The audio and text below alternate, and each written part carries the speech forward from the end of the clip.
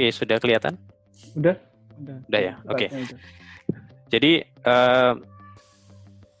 kita tadi sampai di sini ya. Jadi ada proses, ada konten gitu. Jadi kalau konten itu sesuatu yang unik gitu di masing-masing negosiasi. Jadi boleh jadi negosiasi satu dengan negosiasi yang lain itu berbeda-beda gitu secara konten. Tapi secara prosesnya itu kurang lebih sama gitu. Jadi kalau teman-teman pengen belajar tentang teknik negosiasi itu tidak perlu belajar tentang kontennya, tapi bagaimana kita belajar tentang prosesnya. Karena masing-masing konten nanti ada kita bahas sendiri-sendiri seperti itu ya. Kemudian yang terakhir adalah di dalam negosiasi, karena dua pihak yang bertemu di dalam negosiasi itu berbeda kepentingan gitu ya, maka dia rawan konflik gitu. Jadi baik itu konflik yang terkait dengan kepentingan dari negosiasi itu sendiri maupun dari personal ya yang terlibat dalam negosiasi itu, seperti itu.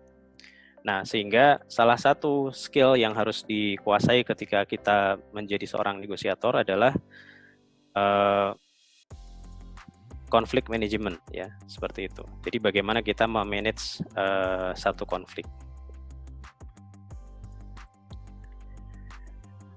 Oke, nah yang berikutnya adalah kita coba bahas specifically tentang commercial negotiation gitu ya.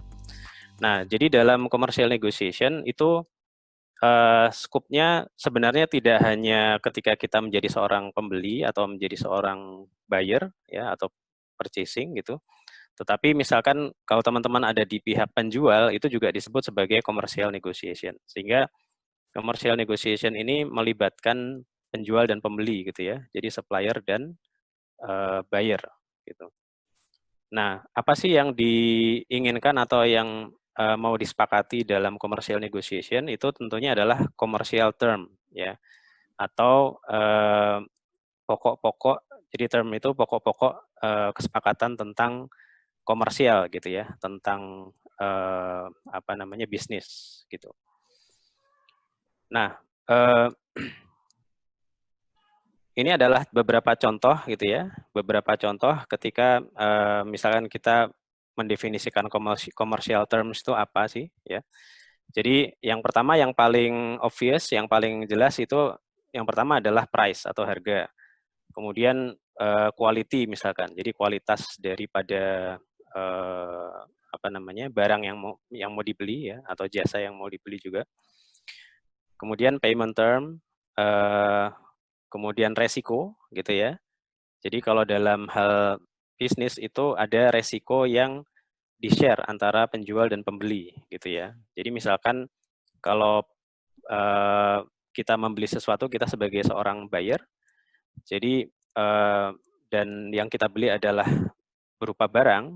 Nah, ketika barang itu kita beli, itu kan ada proses transportasi misalkan. Nah, apakah resikonya itu ditanggung oleh supplier atau buyer? Nah, seperti itu. Itu adalah sharing resiko gitu. Kemudian volume dan komitmen gitu ya. Jadi apakah berapa besar volumenya dan bagaimana komitmennya, apakah 100% volumenya itu harus dipenuhi misalkan gitu ya dalam akad jual beli itu atau misalkan sebagian saja. Kemudian contract term and condition. Jadi ini kalau teman-teman pernah membaca kontrak gitu ya, itu kan banyak klausul-klausul yang terkait dengan legal misalkan. Nah, itu juga merupakan subjek dari negosiasi. Kemudian yang terakhir adalah dispute resolution. Jadi kalau misalkan ada perselisihan, bagaimana cara menyelesaikannya, dan kontrak governing law. Kontrak governing law itu maksudnya kalau misalkan kita berhubungan dengan supplier yang ada di negara lain, nah ketika terjadi perselisihan, hukum di negara mana yang dipakai, seperti itu. Apakah hukum Indonesia atau hukum negara dari supplier itu. seperti itu. Nah, jadi kita bisa lihat di sini bahwa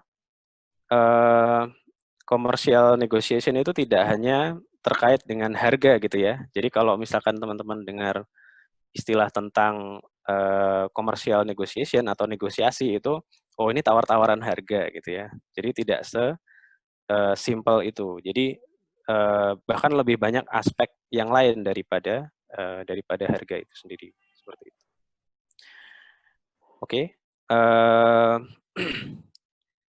Saya lanjutkan ya. Jadi itu tadi tentang commercial negotiation. Nah, oh ya, mungkin saya tambahkan ya. Jadi kalau di dalam satu perusahaan misalkan, jadi commercial negotiation itu terjadi ketika misalkan perusahaan itu melakukan pembelian atau juga misalkan melakukan penjualan seperti itu. Tapi untuk kali ini itu yang lebih kita bahas adalah kita bertindak sebagai buyer gitu ya, sebagai pembeli ya, sebagai pembeli. Oke. Nah, jadi kalau misalkan kita menjadi seorang pembeli atau buyer, atau misalkan kita di departemen purchasing misalkan ya, atau procurement, maka ada beberapa objektif ya, atau sasaran yang mau kita capai dalam satu negosiasi atau commercial negotiation gitu ya. Jadi yang pertama adalah eh, prinsip yang kita sebut sebagai value for money ya. Nah, value for money ini lebih terkait dengan pihak eksternal. Jadi ketika kita bernegosiasi dengan supplier sebagai pihak eksternal, maka prinsip yang kita pakai adalah value for money gitu. Nah, yang kedua adalah fit for purpose ya. Fit for purpose itu eh, lebih ketika kita bernegosiasi ke internal organisasi ya, seperti itu. Jadi negosiasi itu tidak selalu terhadap pihak eksternal, tapi juga menyangkut pihak internal gitu ya, atau biasanya kita sebut sebagai user ya, atau stakeholder. Ya. Kemudian yang ketiga itu adalah manage relationship. Nah, kita coba bahas satu-satu ya. Jadi yang pertama adalah value for money. Nah, value for money ini intinya adalah ketika kita melakukan pembelian, ya, seorang buyer melakukan pembelian gitu ya, atau misalkan kita sebagai seorang pribadi kita membeli sesuatu gitu ya. Nah, itu sebenarnya kita sedang menukar nilai atau value dari uang kita ya, dari uang yang kita punya dengan sesuatu yang kita beli gitu. Apakah itu barang mau atau jasa seperti itu. Nah, ketika kita bicara tentang value for money atau bagaimana kita menukar barang dan jasa itu ada prinsip 5R ya, atau 5R yang kita eh, mau capai nih seperti itu sebagai seorang buyer. Nah, yang pertama adalah right quantity ya. Right quantity itu kuantitinya tepat. Jadi berapa yang mau kita beli ya itu yang sesuai dengan yang kita bayar seperti itu. Kemudian right quality ya. Jadi right quality, kualitasnya harus sesuai dengan apa yang kita mau ya, seperti itu. Sesuai dengan apa yang kita bayar. Kemudian right time ya. Right time itu adalah ketika kita membutuhkan sesuatu, kadang-kadang itu kita butuhnya misalkan minggu depan gitu ya. Itu akan berbeda nilainya ketika misalkan kita tidak bisa mendapatkannya tepat waktu. Jadi misalkan kita baru mendapatkannya 2 minggu lagi, nah itu sudah tidak berharga atau tidak ada value-nya lagi buat kita. Makanya harus right time. Kemudian yang keempat adalah right place. Nah, right place ini terkait dengan kalau misalkan barang gitu ya, itu harus diantarkan kemana. Jadi harus tepat juga tempatnya. Nah, yang terakhir adalah right price atau right cost gitu ya. Jadi harganya juga harus pas ya. Jadi harganya juga harus sesuai seperti itu. Nah, prinsipnya begini, kalau misalkan kita bertransaksi gitu ya atau bernegosiasi, maka 5R ini itu kadang-kadang bisa berbeda-beda gitu ya. Jadi maksudnya berbeda-beda begini. Jadi tergantung dari kebutuhan dan juga target dari negosiasi kita seperti itu. Jadi misalkan begini, gampangnya ya, kita mungkin punya prioritas untuk membeli sesuatu itu dengan harga yang paling ekonomis gitu ya, maka right price ini menjadi prioritas pertama. Nah, sedangkan yang lain itu mungkin kita bisa berkompromi ya, seperti itu. Tapi sebaliknya kalau misalkan kita berfokus atau punya prioritas, oh ini yang penting kualitasnya bagus dulu gitu ya, sama mungkin timingnya gitu ya, timingnya harus sesuai dengan kebutuhan kita. Misalkan kebutuhannya itu urgent gitu. Nah, maka kadang-kadang kita harus berkompromi dengan cost ya. Jadi misalkan kita harus menerima cost itu misalkan sedikit lebih mahal seperti itu ya. Sehingga tidak selalu misalkan dalam negosiasi itu kita memilih atau memprioritaskan harga ya. Jadi kita harus melihat secara keseluruhan. Oke, yang kedua adalah fit for purpose. Jadi fit for purpose itu maksudnya begini.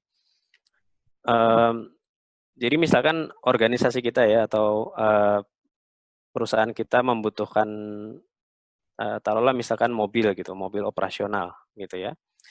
Jadi purpose-nya itu adalah untuk operasional misalkan. Nah, sebagai sebuah mobil operasional, misalkan speknya yang cukup gitu ya, yang fit itu misalkan Xenia atau mungkin Innova ya seperti itu. Tapi kalau misalkan kita belinya speknya terlalu tinggi, misalkan kita beli Alphard gitu ya, nah itu sudah bukan fit for purpose lagi ya. Nah kadang-kadang ini harus dinegosiasikan antara kita sebagai seorang buyer dengan user gitu. Karena kadang-kadang user ini mereka nggak tahu sebenarnya apa sih yang fit for purpose. Jadi kadang-kadang kita harus challenge ya. Jadi challenge ke user bahwa ini harusnya speknya bisa lebih rendah seperti itu. Nah, yang ketiga yang tidak kalah penting dari sebuah negosiasi itu adalah manage relationship. Jadi seringkali atau kadang-kadang selalu ya kita ketika melakukan satu aktivitas bisnis itu kita tidak ingin melakukan aktivitas itu hanya